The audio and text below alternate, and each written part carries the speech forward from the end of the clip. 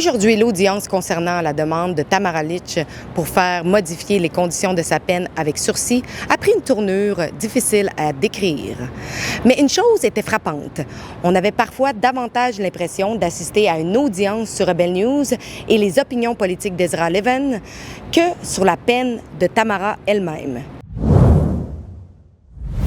L'un des moments les plus marquants est survenu lorsque la juge Heather Perkins McVeigh a affirmé qu'Ezra Levin avait embauché Tamara Lich spécifiquement pour la sortir de son assignation à résidence. Elle a insisté en disant que c'était le seul objectif, ajoutant qu'Ezra avait manifestement une opinion très claire du système judiciaire, d'elle-même et du déroulement du procès, et qu'il avait clairement exprimé cet objectif dans nos reportages vidéo qu'elle a qualifiés de vidéos YouTube.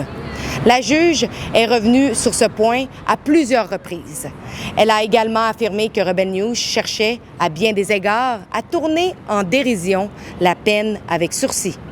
Tamara Lich a traversé l'un des plus longs procès pour méfaits non violents du Commonwealth en raison de son implication dans le convoi de la liberté de 2022, alors qu'elle s'était jointe à des dizaines de milliers d'autres Canadiens qui s'opposaient aux obligations vaccinales contre la COVID et défendaient la liberté médicale. Elle s'est finalement retrouvée avec des conditions très strictes, notamment une assignation à résidence, un couvre-feu et 100 heures de travaux communautaires, après avoir déjà passé 49 jours derrière les barreaux. Tout ce qu'elle fait doit être soumis à son superviseur de peine avec sursis et approuvé. Elle ne peut même pas simplement venir à Ottawa, la capitale du pays, et y circuler librement parce que l'establishment politique a trop peur d'une grand-mère de 5 pieds. Vous pouvez l'aider à riposter en vous rendant sur thetamaraproject.com. Vous pouvez contribuer financièrement à son travail avec nous chez Rebel News afin de soutenir son journalisme et ses reportages. Mais revenons à l'audience d'aujourd'hui. La juge Heather Perkins McVeigh a évoqué les quelques 40 produits dérivés liés à Tamara Lich, particulièrement ceux où on la voit avec du ruban adhésif sur la bouche. Selon la juge, ces produits suggèrent que Rebel News utilise l'emploi de Tamara pour promouvoir et monétiser son implication ainsi que son assignation à la résidence.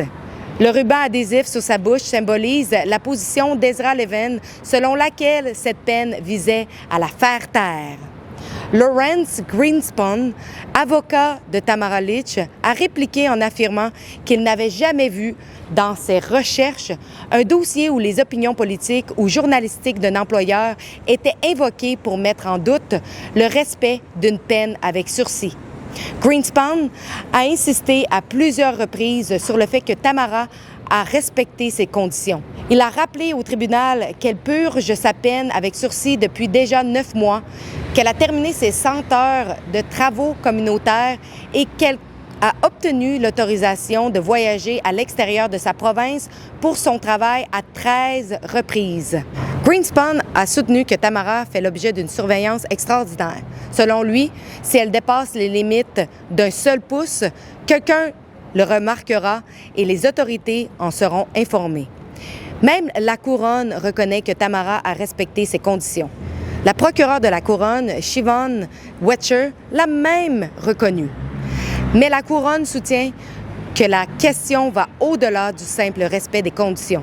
Wetcher a affirmé que le Tamara Project avait essentiellement été conçu comme une façon de contourner la peine de Tamara et elle a décrit son emploi comme de l'autopromotion sous le couvert de journalisme. Elle a soutenu que Rebel News utilisait cette relation d'emploi pour promouvoir et monétiser l'infraction même pour laquelle Tamara a été reconnue coupable, faisant notamment référence à ses livres, aux produits dérivés et aux événements publics auxquels elle pourrait participer. La Couronne a également soutenu que l'élargissement de ces permissions affaiblirait les objectifs de dénonciation et de dissuasion de la peine et pourrait miner la confiance du public envers l'administration de la justice.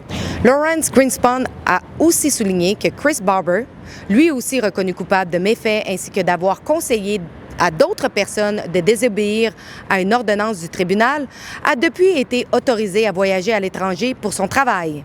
La juge Heather Perkins McVeigh a alors indiqué qu'elle n'était pas au courant.